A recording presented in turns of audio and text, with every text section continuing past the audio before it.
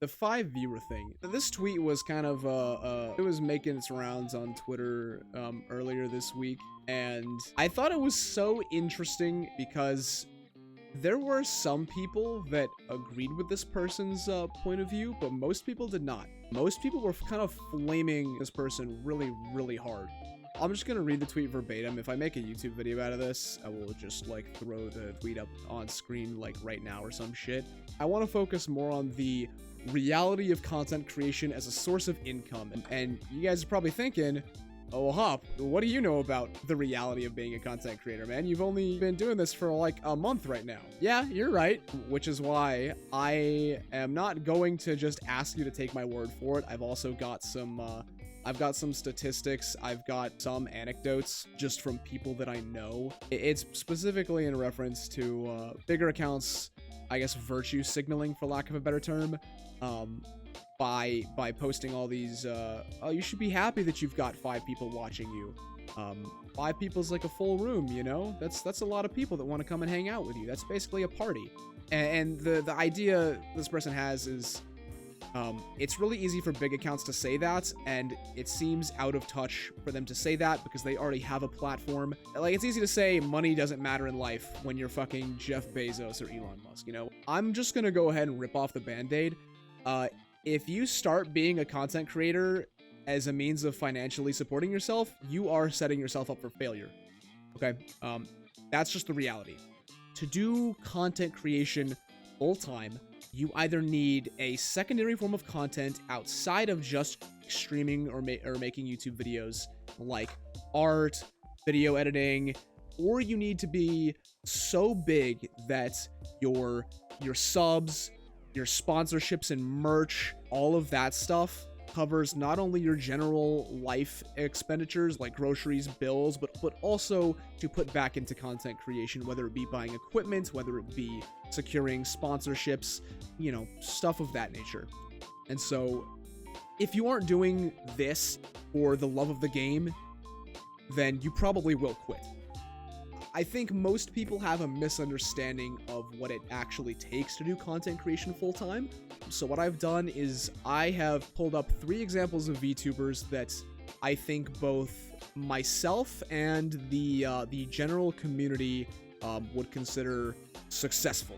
And I want to talk kind of briefly about all 3 of them and what their lives as content creators are like. The first streamer we're going to talk about is a guy named Kesera.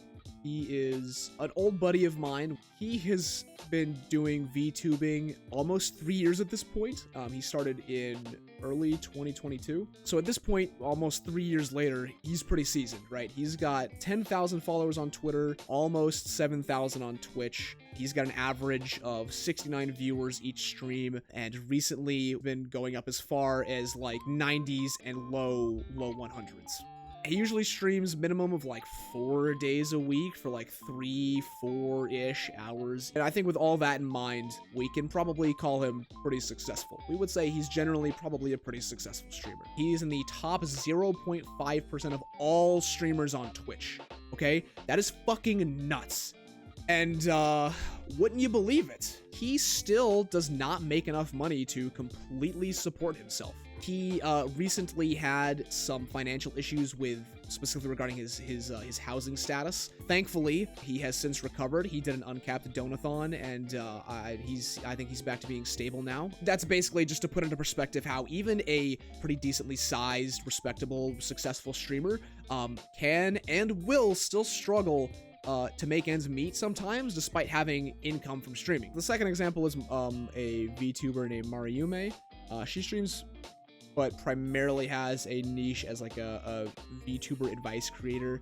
She makes informative videos on YouTube for newer creators. She also does like podcasts and stuff with more experienced content creators and VTubers to like have them give information and like advice on content creation, right? She's got 106 subs on YouTube, almost 16k followers on Twitch, and almost 24k followers on Twitter. But wouldn't you believe it, she also has 2 other forms of income to make ends meet. She is not only an artist that takes commissions, but she also works at a cafe.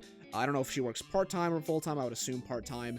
even someone as big as her, still has other side hustles in addition to streaming. And finally, we've got Eggy. Eggy is one of my gen mates in VBloom. Eggy is interesting.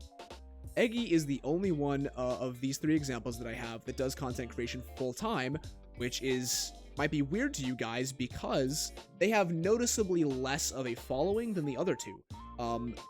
They have 3.2 followers on Twitter, they have 4K on Twitch, and they're in the top 1.6% of all streamers on Twitch. How do they do it? How does Eggy do content creation full time? Once again, it is because they are not strictly a streamer / content creator. They have a number of other side hustles, including but not limited to taking art commissions full time. They also do managing for a number of other VTubers. Eggy, with a noticeably smaller following than either of the other 2, is the only one of them that is actually able to do content creation full time, and that is because they have like 3 other side hustles in addition to streaming.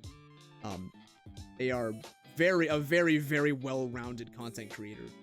And even then, they have also said that they sometimes do struggle with monetization.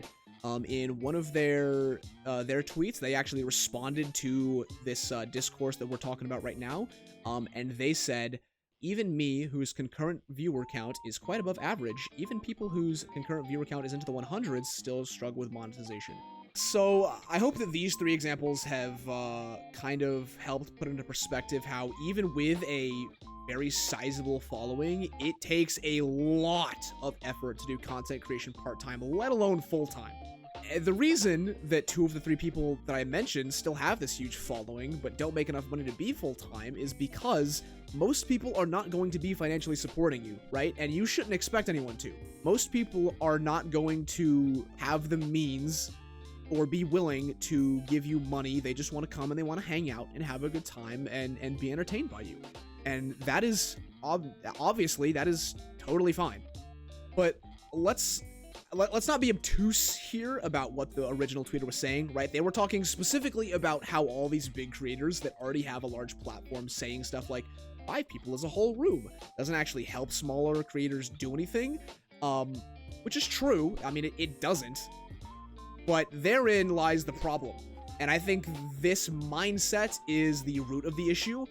That stuff isn't meant to be advice. It's meant to be encouragement.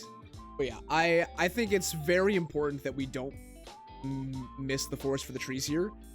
Everyone, even the people that I mentioned, even people like Filian and Iron Mouse, even people like Demi, all these big people, they were also 5 viewers at one point. And having those words of encouragement from people bigger than you, cheering you on, letting you know that even if you aren't as big as them, you still matter, is incredibly important. Because without that kind of welcoming attitude, without that sense of community and that uplifting from these people, if everyone felt isolated and became envious of each other and just super jealous, everyone would burn out, everyone would give up, and everyone would quit doing this stuff altogether.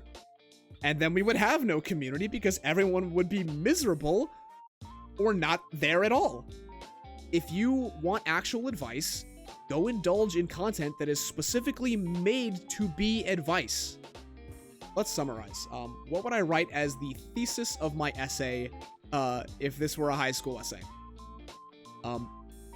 Do not expect people to make content creation your full-time job anytime soon. Seek advice from people trying to provide actual advice, and take words of encouragement for what they are. Words of encouragement. Thank you for coming to my TED Talk.